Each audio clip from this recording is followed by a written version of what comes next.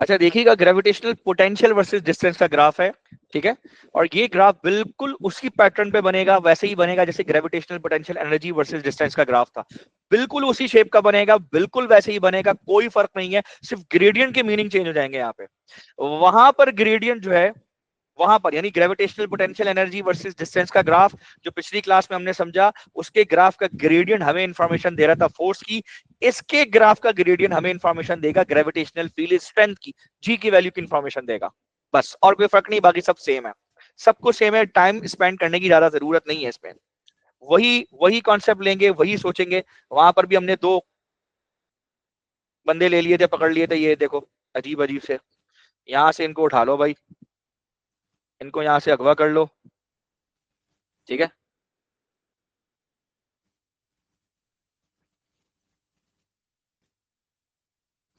इन दो बंदों को यहाँ से उठा लो, ठीक है। और इन दोनों को यहाँ से पकड़ के, यहाँ से कट करके, यहाँ पे इनको पेस्ट मार दो, ठीक। अब ये जो लोग यहाँ पर आएंगे, इन दोनों का भी कुछ ऐसे ही होगा भाई। ये भी बिल्कुल जो है वो एक प्लैनेट है, उसकी सरफेस पे मौजूद है। एक जाहिर है कि दोनों इक्वेटर पे मौजूद है, तो एक इक्वेटर पे एक किनारे पे, एक दूसरे किनारे पर मौजूद है, ठीक है। तो जाहिर सी बात है कि जब ये बंदा यहाँ से ये दूर जाने की कोशिश करेगा, तो फैक्ट है ग्रेविटेशनल पोटेंशियल उसका इंक्रीज होगा, because we know that pi, because we know that phi equals to negative gm upon r. So if you increase the distance, phi will also be increased. Negative है तो ये zero को approach करेगी, increase होगी। तो जैसे जैसे आप यहां से, आप इस पॉइंट से जैसे जैसे जो है वो फिजिकल रियलिटी में बाहर की तरफ निकलते हैं, तो वैसे वैसे ग्राफ को आप देखें तो ग्राफ भी आपका क्या हो रहा है, अप्रोच कर रहा होता है किसको, वो जीरो को अप्रोच कर रहा होता है। कैसे? यानी जो अगर फर्स्ट करो आप इस पॉइंट पर है, ठीक है। सो इस पॉइंट पर जो डिस्टेंस की वैल्यू है, ये आर की वैल्यू है, ये आर की यानी डिस्टेंस की वैल्यू जैसे जैसे इंक्रीज होगी, यानी अगर फर्स्ट करो आप इस पॉइंट पर आ गए, ठीक है। सो जैसे जैसे आपका डिस्टेंस बढ़ता चला जाएगा, ये जो फाई है उसकी वैल्यू अप्रोच कर रही होगी किसको, वो जीरो को अप्रोच कर रही होगी, इंक्रीज होके जीरो को अप्रोच करेगी।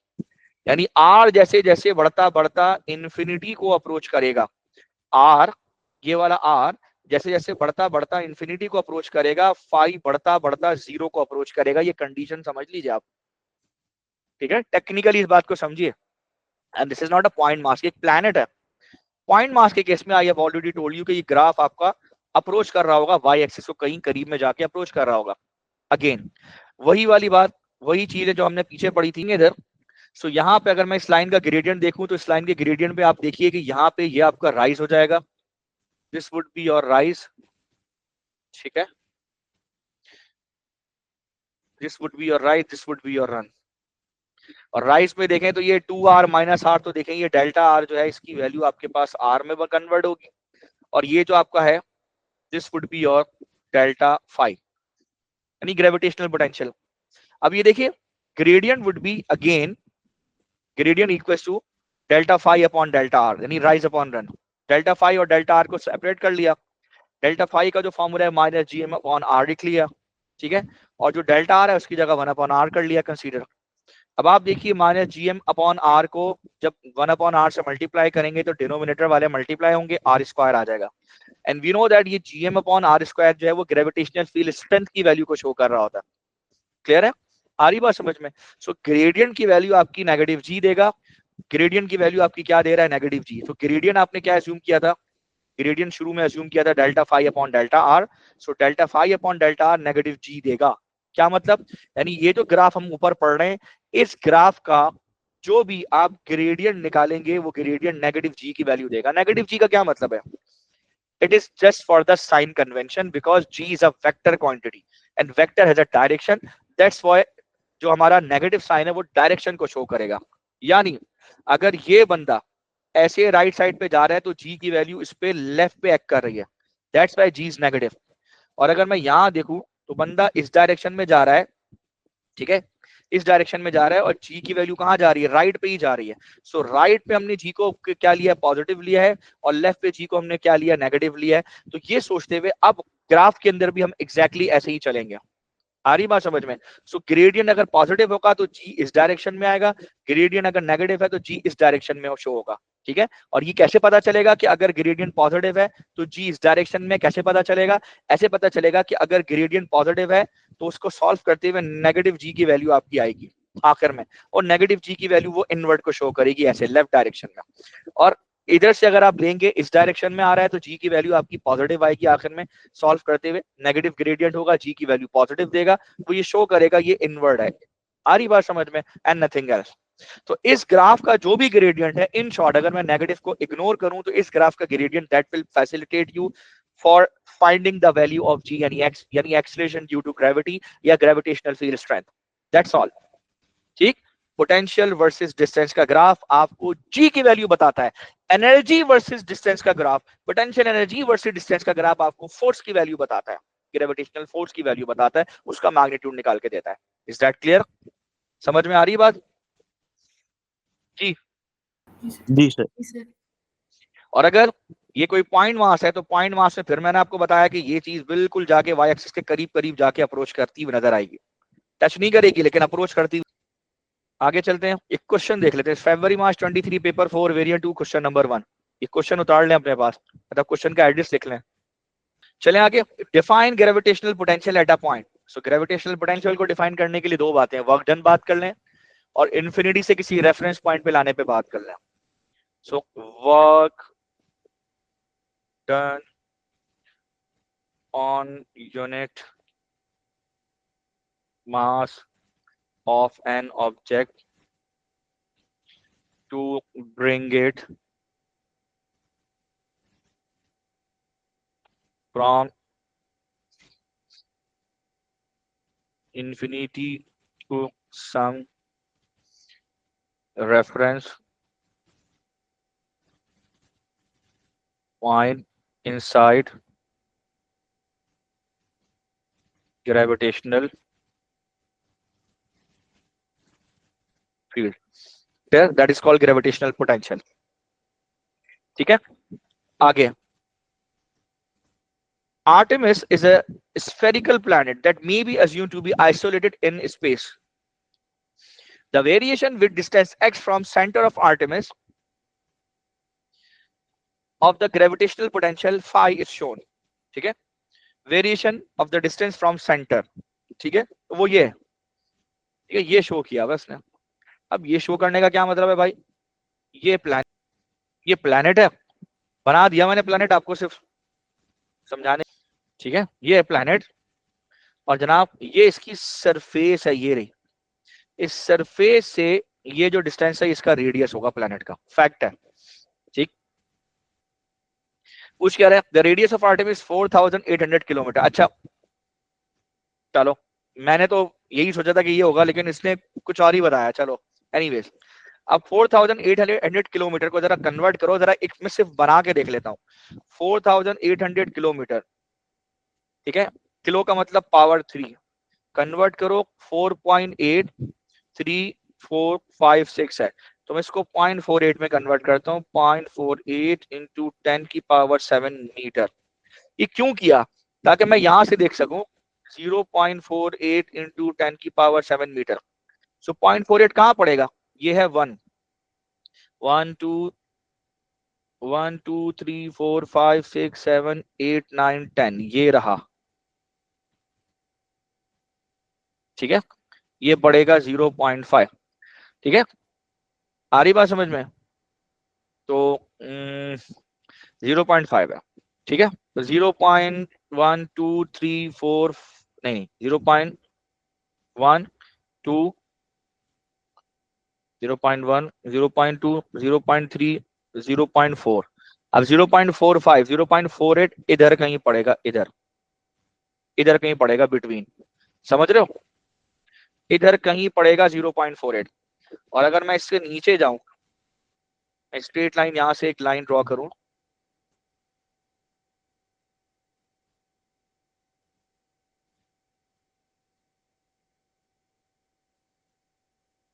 कैसा? ये जवाब दे दो भाई, कैसा? नहीं समझ आ रहा? जी सर। ठीक है, जी बेटा कुछ कह रहे हो? सो नहीं 0.4।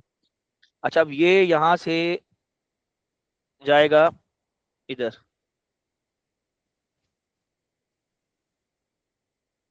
ये इधर लिंक कर रहा है। अच्छा ठीक है।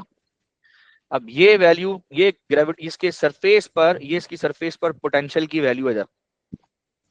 अब इधर देखते हैं, अब वो क्या कह रहा है कि द रेडियस इतना, determine the value of phi on the surface. तो भाई रेडियस ये रहा और फाई की वैल्यू इधर देख लीजिए कितनी बनती है। ये बनेगी 4 है और ये 10 डिजिट्स हैं, तो ये 0.5 का एक होगा, तो ये 3.55 बनेगा। नेगेटिव का 3.55, आप कर लें 3.55, 3.6, 3.65, 7, 7.5, 8, 8.5, 9, 9.54, पूरा पूरा आ रहा है। ठीक है, तो आप लिखेंगे माइनस का 3.55, लेकिन पावर कितनी चल रही है? पावर ये लिखी हुई इनटू 10⁻⁷ जूल्स पर किलोग्राम पहले ही लिखा हुआ है। क्लियर है जी बच्चों? सेट है। Show that the mass of the Artemis is 2.5 exponent 24 kilogram. So mass के लिए उसकी सरफेस पर, ये जो सरफेस था, मैंने इसको छोटा सा सरफेस लिख रहा हूं, आप मत लिख लीजिएगा, इसकी value -gm upon the radius, cross multiply कर दें और मास निकाल लें।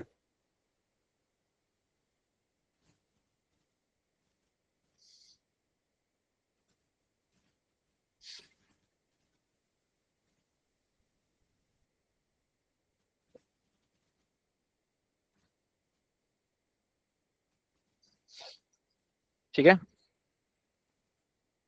अब ये कितना हो गया?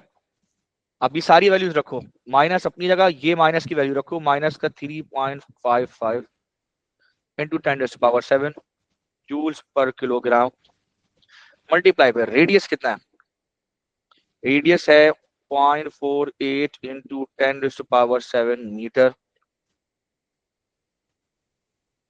उसके बाद नीचे डिनोमिनेटर में क्या है जी? 6.673, नहीं लगाओ 3 इंटू 10⁻⁻11 न्यूटन मीटर स्क्वायर पर किलोग्राम स्क्वायर। इस सारी वैल्यू मास कैंसिल वैंसिल करो सारी चीजें, देखो ना, ये न्यूटन मीटर स्क्वायर, तो एक न्यूटन मीटर पे स्क्वायर है, न्यूटन मीटर जूल बनाता है, तो एक न्यूटन मीटर से ये जूल कैंसिल होगा, एक मीटर से एक मीटर कैंसिल होगा, 1 किलोग्राम से 1 किलोग्राम आएगा।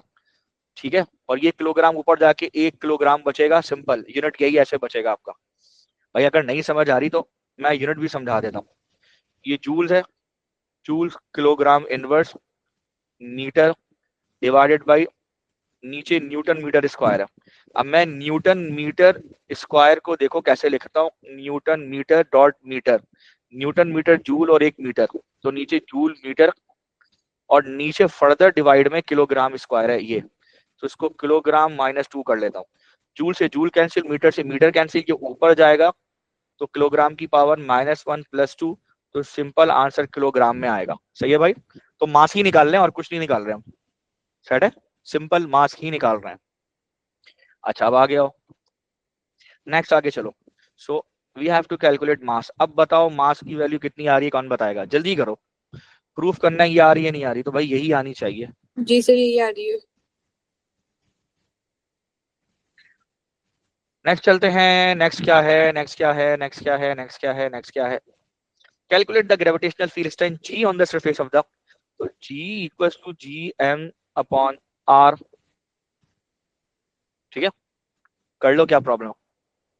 और 6.67 इंटू 10⁻⁻11। अब मैं यूनिट लेके नहीं चल रहा, बहुत खारी वाला काम है।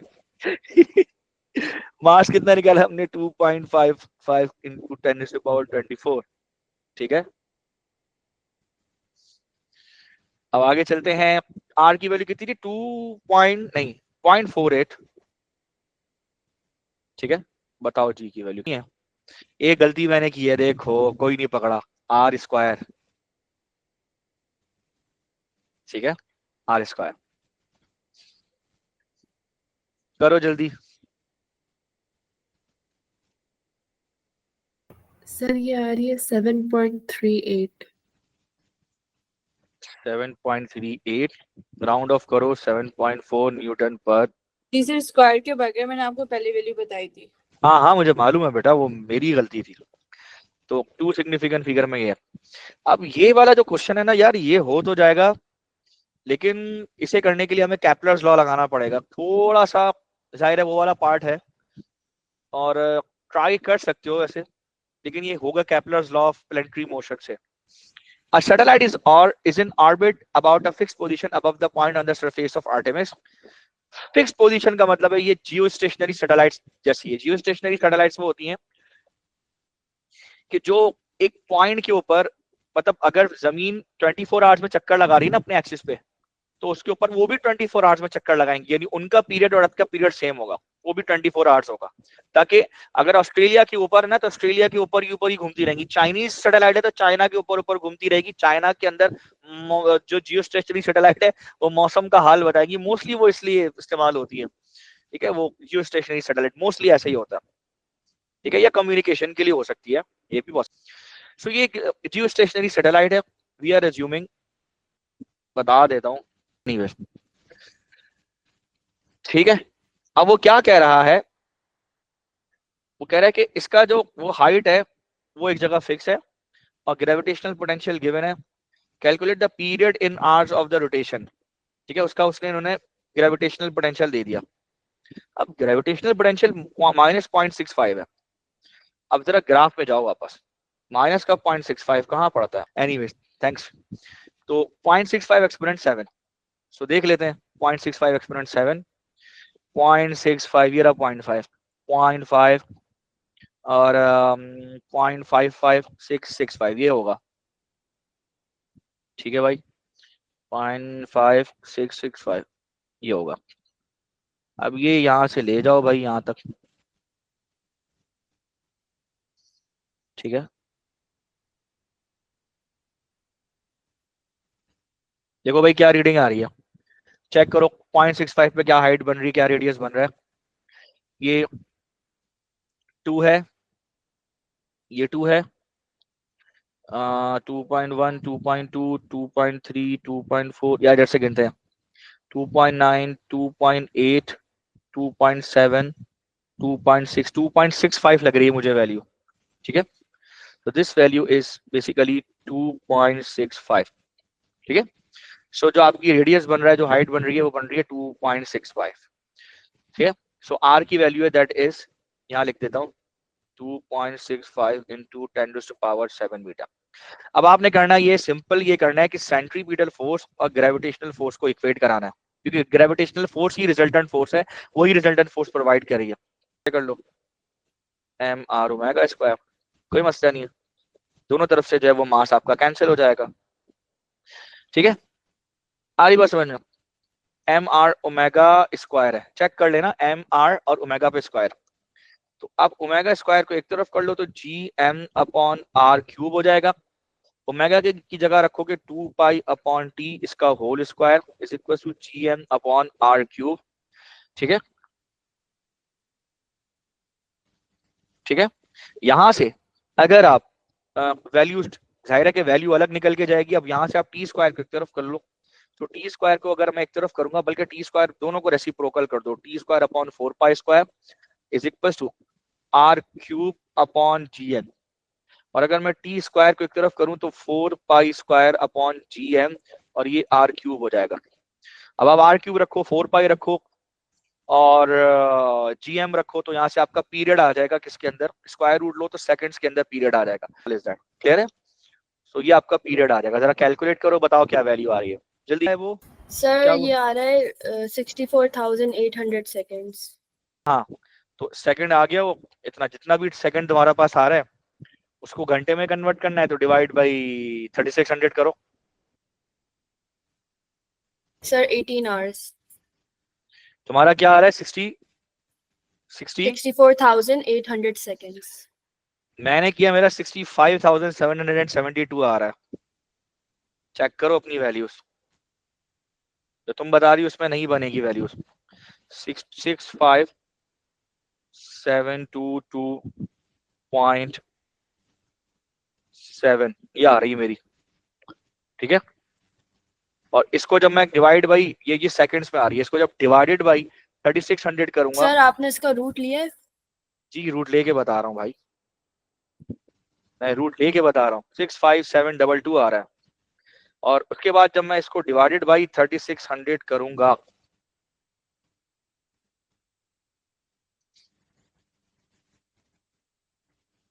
इसको जब मैं डिवाइडेड बाई 3600 करूंगा, तो मेरा जो फाइनल आंसर आएगा, तो फाइनल आंसर आएगा 18.25 आर।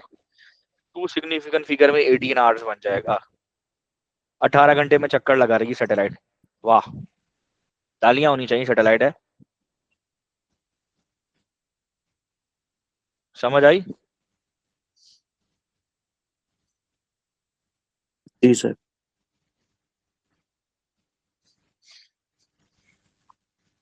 अच्छा भाई, ये हो गया सबका, मेरा तो ये कंप्लीट हो गया। मैं इसके आगे कुछ ग्रेविटेशनल पोटेंशियल के क्वेश्चन की तरफ जा रहा हूँ, इसको समझ लीजिएगा।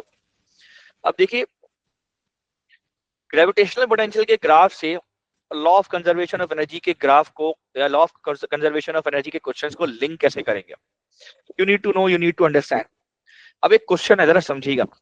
N asteroid falls from rest radially towards the planet. यहां से एक एस्टेरॉइड आ रहा है, ये एस्टेरॉइड यहां से फॉल कर रहा है किसके, किसकी तरफ? ठीक है, जमीन की तरफ। अब सपोज करो कि पॉइंट सी है, यहां से कहीं से फॉल कर रहा है पॉइंट ए की तरफ। पॉइंट सी ये रहा पॉइंट सी, और पॉइंट ए ये रहा पॉइंट है। यानी किसी हाइट से उस प्लैनेट की सरफेस पे आके गिर रहा है एस्टेरॉइड। ठीक है। अच्छा, अब सवाल ये पैदा होता है कि इस जगह पर उसकी स्पीड क्या होगी अगर एयर रेजिस्टेंस को नेग्लेक्ट किया जाए, इग्नोर किया जाए? जरूरत नहीं है ना, क्योंकि एयर हर जगह पे तो एटमॉस्फेयर नहीं होता, हर प्लैनेट में एटमॉस्फेयर हो ये भी जरूरी नहीं है, एटमॉस्फेयर ना हो ये भी जरूरी नहीं है। तो वी आर कंसीडरिंग कि देयर इज नो एटमॉस्फेयर। ठीक है, तो ये यहां से लेकर यहां तक नीचे आते आते गिरेगा। So we need to use the law of conservation of energy. There are some values which are given. The graph is given. This is the graph for gravitational potential. सही है, this is the graph for gravitational potential versus distance. और ये values 10 की power 5 में given है। ठीक है, consider कि अगर वो पॉइंट सी से पॉइंट ए की तरफ आ रहा है, तो पॉइंट सी ये रहा, पॉइंट ए ये रहा। पॉइंट सी पर, ठीक है, अगर हम पॉइंट सी पर देखें, तो पॉइंट सी पर जो उसकी पोटेंशियल की वैल्यू है पॉइंट सी पर, ठीक है, potential at point C that is -2 exponent 5 joules पर किलोग्राम। और अगर यहां देखें सरफेस के ऊपर देखें, दैट इज -14 एक्सपोनेंट 5 जूल पर किलोग्राम। यानी नीचे आते आते उसका जो पोटेंशियल है मजीद डिक्रीज हुआ है। अब इस दौरान वो मान रहा है, वो कह रहा है कि भाई बताओ इस पॉइंट पर आके उसकी फाइनल वेलोसिटी क्या होगी। एक बात याद रखना, एएस लेवल में काइनेमेटिक्स आपने पढ़ा है, और काइनेमेटिक्स में आपने ये पढ़ा है कि जब भी कभी वर्टिकल मोशन होता है और हम किसी ऑब्जेक्ट को रिलीज करते हैं, सो वी अज्यूम दैट कि उसकी इनिशियल वेलोसिटी मस्ट बी 0। याद रखो ये चीज। सो यहाँ पर भी एस्टेरॉइड जब कहीं आसमान से नीचे टूट के कोई सितारा गिरता है, एस्टेरॉइड गिरता है, कॉमेट्स गिरते हैं, सो वी अज्यूम कि उसकी इनिशियल वेलोसिटी मस्ट बी 0 जहां से भी वो चला होगा, और फाइनल वेलोसिटी हम कैलकुलेट करेंगे। ठीक है, यहाँ पर भी हम ऐसे ही अज्यूम करेंगे, उसकी इनिशियल वेलोसिटी को 0, फाइनल को हम कैलकुलेट करेंगे जो कि नॉन जीरो होगी। ठीक है, वो वैल्यू कैलकुलेट करेंगे।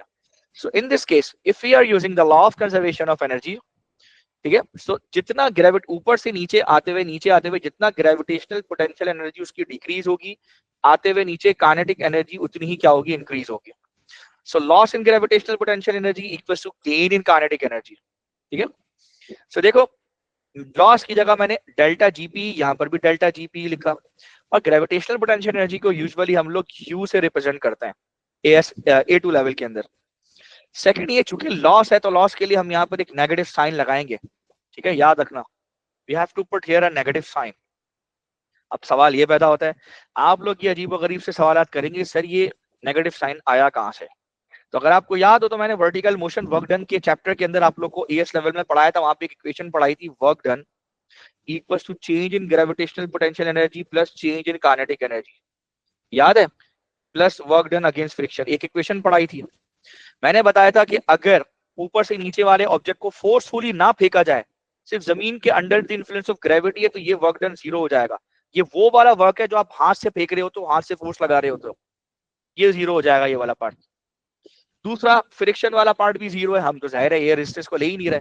So delta GPE plus delta के की अगर मैं बात करूं, डेल्टा जीपीई प्लस डेल्टा केई की वैल्यू अगर मैं बात करूं that is equal to zero. और यहीं से अगर मैं काइनेटिक एनर्जी को एक तरफ ले जाऊं तो काइनेटिक एनर्जी तो एक ही तरफ है, ग्रेविटेशनल पोटेंशियल एनर्जी को दूसरी तरफ ले जाऊं तो वो माइनस में आ जाएगी। तो ये वहां से निकल के आया है जो एएस में हमने पढ़ा था, वहां से हमने ये कॉन्सेप्ट को बिल्ड किया। याद रखो ये चीज, क्लियर? जो एएस में पढ़ा था वर्क एनर्जी पावर के चैप्टर में, ये वहां से निकल के आ रहा है। सो इसलिए मैं डायरेक्टली कर रहा हूँ loss in gravitational potential energy equals to gain in kinetic energy. So I am using here a negative sign. So final kinetic energy minus initial kinetic energy, final half M V square, initial half M U square, half M common ले लो, V square minus U square. ये delta phi M है, gravitational potential energy की value आपको पता है। Gravitational potential energy के लिए हम फाई एम यूज करते हैं, ठीक है? फाई यानी gravitational potential into mass. So we are writing here phi M, ये फाई एम। चूंकि डेल्टा फाई एम है तो देखो मास तो चेंज नहीं हो रहा उस कॉमेट का, उस एस्टेरॉइड का नीचे आते हुए, लेकिन पोटेंशियल चेंज हो रहा है। सो मास को हमने बाहर निकाल दिया, यानी ये डेल्टा फाई, फाई के साथ लगेगा डेल्टा, और मास को हम अलग कर लेंगे। तो देखो मास को अलग कर लिया, और अगले स्टेप में मैंने ये डेल्टा फाई लिख दिया, डेल्टा फाई एक तरफ, ठीक है, और ये मास एक तरफ। नेक्स्ट स्टेप में डेल्टा फाई को ओपन किया तो ये phi two minus phi one आएगा।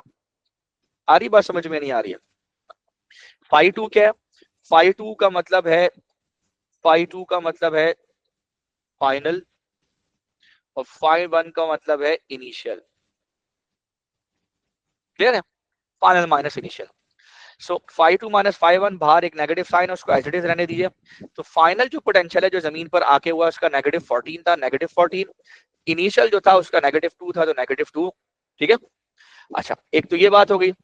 दूसरा, दोनों तरफ से मास को कैंसिल कर दीजिए, और जब आपने यहाँ पर पोटेंशियल लिखा है -14 -2, तो जाहिर सी बात है इसके साथ ये पावर भी लगी हुई थी, तो आप पावर को 10⁵ भी लगा दो।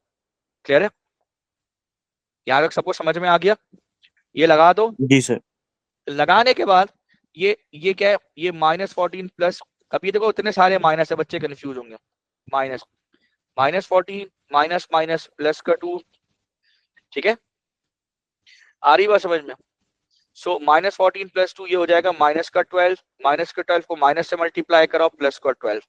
सही है भाई? तो ये पूरा प्लस का 12 हो जाएगा यहाँ। क्लियर? और ये जो नीचे वाला 2 है इसको क्रॉस मल्टीप्लाई करा दो, सो 12 मल्टीप्लाई बाय 2, और ये 10⁵ इधर उतर जाएगा। और ये फाइनल वेलोसिटी है जो निकालनी, इनिशियल हमने 0 ली थी, v² माइनस 0, सो यहाँ पे v² बचेगा। आखिर में इसका स्क्वायर रूट ले लो दोनों साइड पर, तो ये 1549.2 हो जाएगा। क्लियर है? अभी तो खैर ये 5 सिग्निफिकेंट फिगर्स में है, आप चाहो तो इसको राउंड ऑफ कर लो, डिपेंड करता है सिचुएशन के ऊपर, नंबर ऑफ सिग्निफिकेंट फिगर कितनी है। ठीक है, 1500 में हो जाएगा अगर 2 सिग्निफिकेंट फिगर में बात करें तो। क्लियर है? अब इसी का बिल्कुल उल्टा है, a rock is thrown upward from rest। जब भी कभी वर्टिकली अपवर्ड ऑब्जेक्ट को फेंकते हैं भाई, तो आपको पता है initial velocity must not be equal to 0, but the final velocity will be 0, याद रखना। ठीक है? अब अपवर्ड फेंक रहे हो पत्थर को, अब वो कहां जा रहा है? अब वो देखो ए से बी की तरफ जा रहा है, ए टू बी, यानी ए से वो बी की तरफ जाएगा, ये यानी यहां से यहां पत्थर जा रहा है। ऐसे कुछ पत्थर तुमने फेंका, अपवर्ड थ्रो किया, ठीक है, यहाँ, यानी यहां से यहां जा रहा है, इधर से इधर जा रहा है, इधर। सो पहले इस पॉइंट पे था, अब इस पॉइंट पर आ गया, तो पहले -14 था, -6 हो गया। यही है ना? क्लियर? अब की बार तुम नेगेटिव का साइन कहां लगाओगे जरा जस्ट देखो। ठीक है, अब की बार फाइनल वेलोसिटी 0 होगी, इनिशियल 0 नहीं होगी। ठीक है, अब की बार नेगेटिव का साइन तुम्हारा लगेगा लॉस इन काइनेटिक एनर्जी पे। क्वेश्चन पढ़ो, a rock is thrown upward from rest that is radially from A to B। ठीक है, calculate the speed of the rock at A. A पे स्पीड ऑफ द रॉक पता करें, ए पे speed of the rock पता करें, यहां पे जिससे फेंका है ऊपर। क्लियर? अच्छा, सो अब गेन इन काइनेटिक एनर्जी, अब ऊपर की तरफ अपवर्ड फेंकोगे तो काइनेटिक एनर्जी तो उसकी क्या होगी? काइनेटिक एनर्जी लूज करेगा, और पोटेंशियल एनर्जी जो है वो क्या होगी? वो इंक्रीज होगी। ऊपर जब फेंकेगा ना तो ग्रेविटेशनल पोटेंशियल इंक्रीज होगी, काइनेटिक लूज करेगी। अब की बार नेगेटिव इधर लगा लो, राइट साइड पे लगा दो, कोई फर्क नहीं पड़ता, इधर लगाओ इधर लगाओ यार, एयर रेजिस्टेंस तो इग्नोर ही की हुई है ना, कोई फर्क नहीं पड़ता। कोई फर्क नहीं पड़ेगा, क्योंकि आखिर में जब एक तरफ नेगेटिव को उठा के उधर ले जाओ कोई फर्क नहीं पड़ेगा, ठीक है। लेकिन टेक्निकली बात करूं सो काइनेटिक एनर्जी कम होगी, इसलिए नेगेटिव साइन मैंने यहां लगाया। अब आ गया, ये नेगेटिव साइन है। अब चेंज इन काइनेटिक एनर्जी का मतलब फाइनल माइनस इनिशियल, जाहिर सी बात है। So final half M V square, initial half M U square, half M common ले लो, V square minus U square, initial की फाइनल की जगह जीरो, फाइनल की जगह जीरो। लेफ्ट साइड में वही phi two minus phi one. अब की बार फाई टू क्या है, अब की बार फाइनल जो है वो तुम्हारा ये है, अब की बार तुम्हारा फाई टू ये है और फाई वन ये है माइनस 14, ये फाई टू है। तो अब -6 में से -14 को सब्ट्रैक्ट करना है जी। अब इधर आओ, सो -6 में से -14 को सब्ट्रैक्ट करना है, फाई टू और फाई वन। सो ये माइनस माइनस प्लस हो जाएगा, -16 और ये 14, 14 में से 6 गया, 8 बचेगा, ये 8 इधर आ गया। कैसा, समझ आई बात? हेलो। जी सर। दूसरी अहम बात, जी सर। दूसरी अहम बात, अब ये वाला तो जीरो हो जाएगा, चलो इनिश और एक और काम आपने किया, आपने मास को कैंसिल कर दिया दोनों साइड से। इट मींस के एस्टेरॉइड इतना बड़ा हो या इतना बड़ा हो, नीचे से ऊपर फेंकोगे फाइनल इनिशियल वेलोसिटी वही होगी जिस हाइट तक जाना है उसके लिए। याद रखना ये चीज, क्योंकि मास कैंसिल हो गया दोनों तरफ से। और एक और बात, ऊपर वाले सवाल के अंदर भी था, मास दोनों तरफ से कैंसिल हो गया। अब एयर रेजिस्टेंस भी नहीं है, तो अब इतना बड़ा पत्थर है, यानी 10 केजी का है, 100 केजी का है, 2 करोड़ केजी का है, जितने भी केजी का पत्थर है ऊपर से नीचे, उसकी फाइनल वेलोसिटी यही होगी जो हमने कैलकुलेट की है, अगर वो उतनी ही हाइट से आके गिरता है, ठीक है, जहां का पोटेंशियल हमें गिवन है। ये रहा, ये वाला 2 वाला, याद रखना। सो फर्दर आगे चलते हैं। अब इसको सॉल्व करते हैं। ये नेगेटिव साइन 0 से मल्टीप्लाई होगा, कोई फायदा नहीं, ये नेगेटिव इस नेगेटिव को पॉजिटिव कर देगा, ठीक है। So finally you have your initial velocity जिससे आपने बॉल को फेंका है, पूरा मल्टीप्लाई करिए। मैंने यहाँ पे मल्टीप्लाई पे 2 नहीं लिखा, आप एटलीस्ट इतना कर लीजिए। 1264 आ रहा है, 1265 कर लो, ठीक है। 1265 पर राउंड अप। अभी मैं अभी राउंड ऑफ से नहीं करा रहा कि ये मैं खुद से बनाए हुए क्वेश्चंस हैं, क्वेश्चन में देख लो कितने हैं तो राउंड ऑफ कर लो उसको बाद में उसमें, ठीक है सर। मैं 1264 1265 है, बाद में इसको राउंड ऑफ कर लो तुम 12703 ऐसा में कर लो, मोस्टली इतने में राउंड ऑफ हो रहा है। और अगर तुम्हें राउंड ऑफ करना है तो 1300 में कर लो उसको जी। ये क्वेश्चन करेंगे या मैं कराऊं ये क्वेश्चन भी? है नहीं, पार्टी कर ली है, पार्ट ई पर। गुड, एक्सीलेंट हो गया भाई, तालियां होनी चाहिए आपके लिए।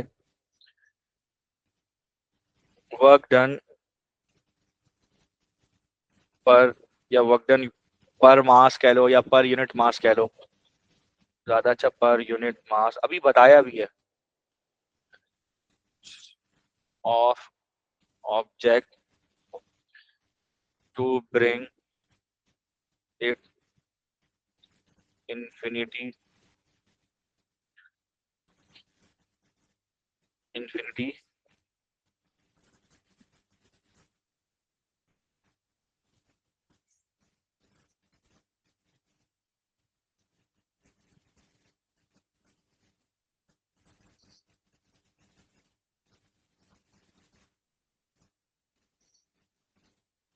ठीक है, इन्फिनिटी से किसी रेफरेंस पॉइंट पे लेके आने के लिए जो वर्क डन किया, जितनी एनर्जी उसने उसकी रिलीज हुई है उसमें से निकाली है, उस पर वर्क डन किया, उसकी एनर्जी खींची है बाहर, that is called gravitational potential per unit mass. अच्छा अब ये प्रूफ करना है।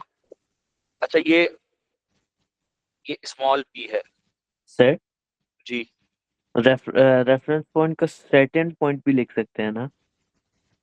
लिख सकते हो, सेकंड पॉइंट अनदर पॉइंट कह सकते हो। नहीं, certain.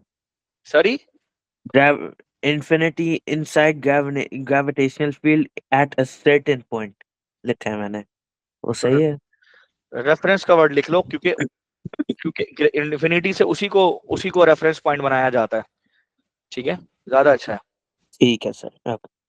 Where g is the gravitational constant, can I starting from the equation for the gravitational potential due to the point mass show that the gravitational potential energy ठीक है, show that the gravitational potential energy of a mass point mass m at a distance r from another point mass m is given by this। तो जहां से start करने को कह रहा है वो ग्रेविटेशनल पोटेंशियल एनर्जी, और आपको पता है उसका फॉर्मूला होता है फाई m। ठीक है, यही अगर मैंने आपको फाई पढ़ाया है तो यहाँ से पढ़ाया कि ग्रेविटेशनल पोटेंशियल एनर्जी को मास से डिवाइड कर दो सो ग्रेविटेशनल पोटेंशियल आता है। आप यहाँ से भी कर सकते हो, और फाई की वैल्यू की जगह क्या लिखोगे आप, फाई की वैल्यू की जगह -gm/r लिखोगे। ठीक है, और बराबर में ये m होगा, सो ये इक्वेशन आपकी हो जाएगी माइनस का gm/r हो जाएगा। क्लियर है? आ रही बात समझ में? नहीं आ रही है? ठीक है, तो ये आपको ये यहीं से स्टार्ट होगा, यहीं पे प्रूव हो गया, एक नंबर का स्टार्टिंग फ्रॉम ग्रेविटेशनल पोटेंशियल, और ये वैल्यू सब्स्टिट्यूट करानी है उसकी। ठीक है, एनर्जी की इक्वेशन में पोटेंशियल की वैल्यू सब्स्टिट्यूट करानी है और आपको ये डिराइव हो जाएगा। Figure 1.1 shows the path of the comet of mass 2.20। ये मास है, इसके करीब आ रहा है, सही है, इसके करीब आएगा इस पॉइंट से और y तक करीब आएगा। तो जब यहाँ है तो इसकी ग्रेविटेशनल पोटेंशियल एनर्जी, याद रखना इसकी जो ग्रेविटेशनल पोटेंशियल एनर्जी वो ज्यादा। ठीक है, जब जैसे जैसे करीब आना शुरू होता है तो ग्रेविटेशनल पोटेंशियल एनर्जी डिक्रीज होती चली जाती है। ठीक है, डिक्रीज होती चली जाती है, मैं बताऊंगा इसको। ग्रेविटेशनल पोटेंशियल एनर्जी यहाँ ज्यादा है, इस पॉइंट पे ग्रेविटेशनल पोटेंशियल एनर्जी डिक्रीज होती चली जाती है। ठीक है, at point x the comet is 8.44 into 10⁻11। यार इसको मैं समर 22 पेपर 4-1 क्वेश्चन 1 है ना, पेपर से कराता हूँ। नहीं, at point x the comet is 8.44, ये इसका कॉमेट का मास है, और ये जो है वो कॉमेट कितना दूर है इससे, वो वैल्यू वो डिस्टेंस गिवन है।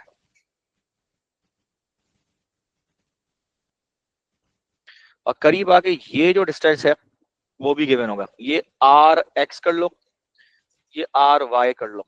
आर वाई कितना गिवन है, आर वाई की value at point Y the comet passes its point of closest approach to the star at this point the comet is a distance of 6.38।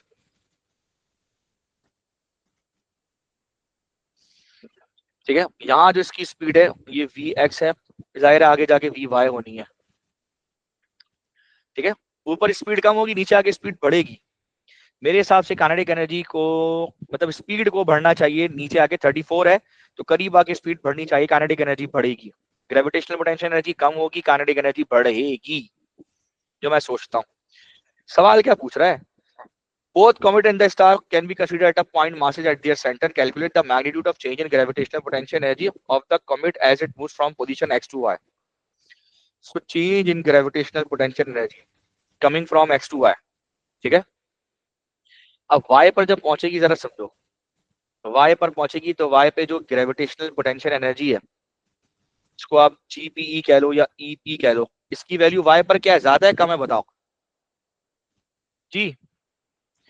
ये यहां से इधर आ रही है, जरा बताओ क्या हो रहा है, ग्रेविटेशनल पोटेंशियल एनर्जी डिक्रीज हो रही है, वो चेंज पूछ रहा है कि नहीं, जवाब दो जी सर। तो अब मेरी बात सुनना, अगर मैं फाइनल में से इनिशियल निकालूंगा रिजल्ट मेरा नेगेटिव आएगा, आएगा कि नहीं आएगा, क्योंकि फाइनल ग्रेविटेशनल पोटेंशियल एनर्जी कम होगी, इनिशियल वाली ज्यादा होगी, है कि नहीं, जवाब दीजिए। फाइनल ग्रेविटेशनल पोटेंशियल एनर्जी कम है, अगर मैं फाइनल में से इनिशियल निकालूं, जो कि टेक्निकली यही करना पड़ता है, फाइनल में से इनिशियल निकालते हैं, जब एक ऑब्जेक्ट ऊपर से नीचे आएगा तो फाइनल में से हम इनिशियल निकालेंगे। तो जब हम ऐसा करेंगे तो आखिर में एक नेगेटिव साइन आएगा, उसको ब्रैकेट में लेके चलेंगे आप, या तो हम ये कर सकते हैं, या दूसरा ये कि हम इनिशियल में से फाइनल निकालें, नेगेटिव साइन की झंझट से ही जान छुट जाए हमारी। हमारे पास दोनों ऑप्शंस है। मार्क स्कीम को अगर आप देखेंगे, चूंकि क्वेश्चन मैंने 2 दफा पहले भी करवाया, तो मुझे याद है मार्क स्कीम में नेगेटिव साइन नहीं है, यानी उन्होंने इनिशियल में से फाइनल सब्ट्रैक्ट कराया। मैं क्या करता हूं, मैं नेगेटिव साइन को ब्रैकेट में लेके चलता हूं और आखिर में नेगेटिव साइन को ब्रैकेट में करके ही रिस्पॉन्स करता हूं। वो ये प्रूफ करता है कि जनाब हमने फाइनल में से इनिशियल निकाला है और नेगेटिव चेंज आया, यानी ऊपर से नीचे आते वक्त नेगेटिव चेंज, नीचे से ऊपर जाते वक्त पॉजिटिव चेंज। ये है टेक्निकल इसका रिस्पॉन्स। बहरहाल अब मार्किंग स्कीम में ये है, तो हम इसी में से इसको सब्ट्रैक्ट कर देते हैं, वही काम करते हैं जो हमें बेहतर लगता है। ठीक है, सो हम इसको इनिशियल में से फाइनल निकालते हैं, जो कि नहीं करना चाहिए, मैं कभी भी इसको प्रेज नहीं करता anyways. So gravitational potential energy का फॉर्मूला होता है नेगेटिव GMM अपॉन, पहला पॉइंट इनिशियल वाला कहाँ है, इनिशियल वाला पॉइंट ये है x पर, फाइनल वाला y पर है, इनिशियल x पर फाइनल y पर। सो ये पॉइंट x है, ये पॉइंट y, जो GMM upon RX minus minus minus GMM upon RY। Clear? जो x से डिस्टेंस है, y का डिस्टेंस है, इसको कर लो। अच्छा जी, अब आगे चलते हैं। सो ये माइनस माइनस प्लस हो जाएगा, तो इसको पहले कर लेते हैं, GMM अपॉन RY माइनस का GMM अपॉन RX, दोनों से GMM कॉमन ले लो, 1 upon RY minus 1 upon RX। Clear? जी जी सर। सब्स्टिट्यूट कराओ वैल्यूज को बच्चों। G कितना है, 6.67 into 10⁻⁻11 multiply by mass. Star का मास गिवन है 1.99, ये गिवन है स्टार का मास। कहाँ है, किधर है, ये रहा मास ऑफ स्टार, ये है मास ऑफ कॉमेट।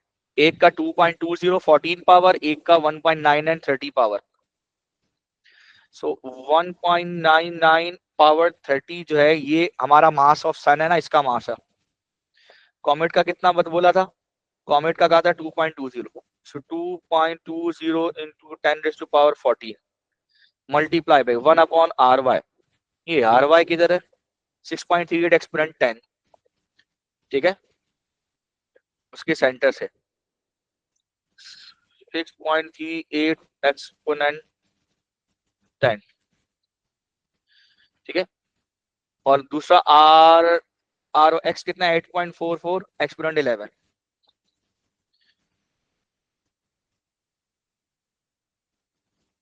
जी भाई, जरा प्लीज आंसर बताइएगा। सर ये आ रहा है 4.23 into 10 power 23। 4.23 into 10⁻23 joule. Sir जी सर, सर मेरे पास तो यही वाली आ रही है। Sir 4.23 time 10⁻23। जी, सबका यही आ रहा है, ठीक है। अगला, state with the reason whether the change in gravitational potential energy in T1 is an increase और डिक्रीज। तो gravitational potential energy will be decrease, तो इन्होंने कहीं पर भी नेगेटिव साइन नहीं लगवाया हमसे। सो डिक्रीज क्यों होगी, क्योंकि ग्रेविटेशनल फोर्स अट्रैक्टिव नेचर की है, तो जब वो अट्रैक्ट करेगी तो वर्क डन करेगी, किसी को खींचने में जब वर्क डन करेगी तो उसमें से एनर्जी निकालेगी, डिक्रीज करेगी। याद रखना, ये जुमला याद रखना। सो ग्रेविटेशनल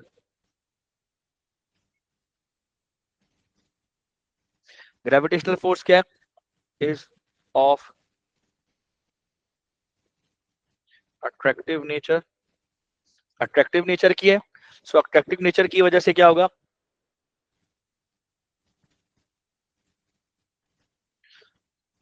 वर्क के लिए क्या होगा, work, so it does work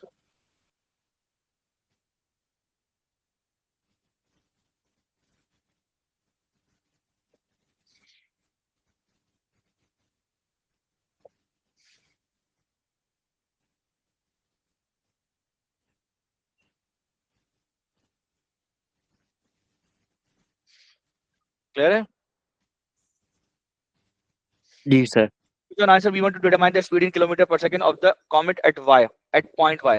point y पे उसकी इसकी क्या निकालनी है, स्पीड निकालनी है, vy निकालनी है। सो vy निकालने के लिए वही क्या करेंगे भाई, लॉस, लॉस कह लो या चेंज कह लो, क्योंकि चेंज ही बोलेंगे, change in gravitational potential energy is equal to change in kinetic energy. अब ये वाला चेंज ऑलरेडी नेगेटिव साइन हम दोनों को आगे पीछे करके नेगेटिव साइन उसको निकाल चुके हैं, तो अब यहाँ पे नेगेटिव साइन लगाने की जरूरत ही नहीं है। So change in gravitational potential energy कितना है, 4.23 इंटू 10⁻23। और यहाँ पे क्या हो जाएगा, final kinetic energy minus initial kinetic energy. वही half M V square minus का यू स्क्वायर। मास कितना है, कॉमेट का मास कितना था, कुछ याद है किसी को? 2.20 into 2.2 ten into 10 power power 14. 14। हाँ, फाइनल वेलोसिटी निकालनी, इनिशियल कितनी थी, 34,100।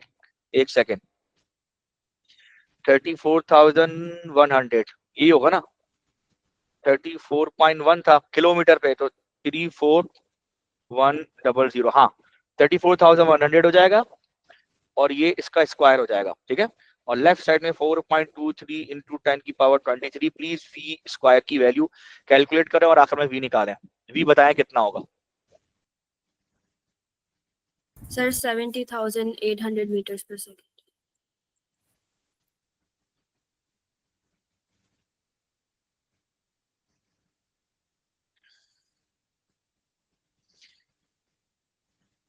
$70,800 श्योर?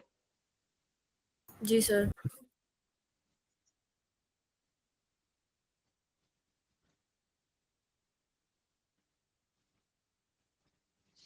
सही है। एक और कह रहा है अगला पार्ट में, क्या second comet passes point x with the same speed as the comet in B and traveling, कह रहा है कि सेकंड कॉमेट है, सेकंड कॉमेट पास कर रहा है, सेम डायरेक्शन में जा रहा है, लेकिन वो अपना मास लूज कर रहा है। उसके मास लूज करने पे क्या उसके पाथ पे कोई फर्क पड़ेगा? सवाल ये कर रहा है, पढ़ो। The comet is gradually losing mass, the mass of this comet when it passes point x is the same as the mass of the comet in B. Suggest with the reason how the path of the second comet compares with the path shown in figure 1.1. वो कह रहे हैं कि path में कोई फर्क नहीं पड़ेगा, नहीं स्ट्रेट जा रहे स्ट्रेट ही जाएगा, लेकिन एक मसला होगा जो इन्होंने लिखा हुआ नहीं है यहाँ पे, वो है एंगुलर मोमेंटम। एंगुलर मोमेंटम पे फर्क पड़ेगा। अब एंगुलर मोमेंटम क्या भला होती है, ठीक है, ऐसा हो नहीं सकता ना, मास कम हो किसी चीज पे फर्क ना पड़े। इनका मसला इन लोगों का ये है, कंजर्वेशन ऑफ एनर्जी पे कोई फर्क नहीं पड़ेगा, पाथ पे फर्क नहीं पड़ेगा, लेकिन उसके एंगुलर मोमेंटम पे फर्क पड़ेगा, जिससे उसकी एंगुलर वेलोसिटी चेंज होना शुरू हो जाएगी, उसके घूमने की रफ्तार जो है ना वो चेंज होना शुरू हो जाएगी। अब ये बहुत आगे की बात है, लेकिन फैक्ट यही है कि कुछ ना कुछ फर्क पड़ेगा एंगुलर मोमेंटम के ऊपर, क्योंकि मास चेंज हो रहा है। एनीवेज, तो आपने कोई मोमेंटम शोमेंटम की बात नहीं करनी, आपने सिंपल सा ये जवाब देना है कि जनाब क्योंकि दोनों तरफ चेंज हो रहा है ग्रेविटेशनल काइनेटिक का, दोनों तरफ से मास कैंसिल हो रहा है, एक मास यहाँ से कैंसिल हो रहा है, आप इक्वेशन देख लें, इधर भी मास है, ठीक है, तो दोनों तरफ से मास कैंसिल हो रहा है। सो मास कैंसिल होने की वजह से क्या होगा, मास चेंज उसके उसकी उसके पाथ पे कोई भी फर्क नहीं पड़ेगा। तो आप लिखेंगे, क्या लिखेंगे भाई आप, as in the equation both sides have potential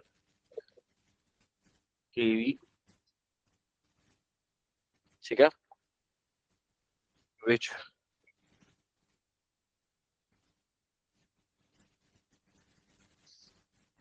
ठीक है, which includes, ठीक है, will be cancelled, so hence no effect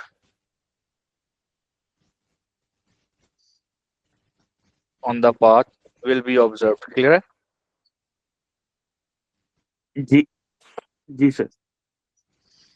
लेकिन आप देखिए, एक ऑब्जेक्ट है, उसका एंगुलर मोमेंटम होता है आरपी, यानी लीनियर मोमेंटम को रेडियस से मल्टीप्लाई करें, और ये होता है एंगुलर मोमेंटम में पी आएगा, एम आएगा, वी आएगा। अगर मास कम होगा तो जाहिर सी बात है, मास कम होने से ये सोचना पड़ेगा, अगर मास कम हो रहा है उसका, सो मास कम होने से उसकी उसकी लीनियर वेलोसिटी, अगर रेडियस चेंज नहीं हो रहा तो लीनियर वेलोसिटी तो बढ़ेगी उसकी लीनियर वेलोसिटी बढ़ेगी।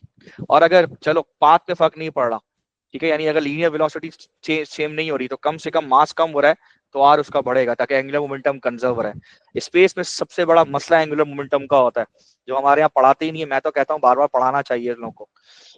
खैर, हमारे सिलेबस का पार्ट नहीं है तो हम इसमें घुसते भी नहीं है। एनीवेज, ठीक है, आपने ये लिख लिया, खत्म हो गया आपका, ठीक है, इससे आगे कुछ है भी नहीं।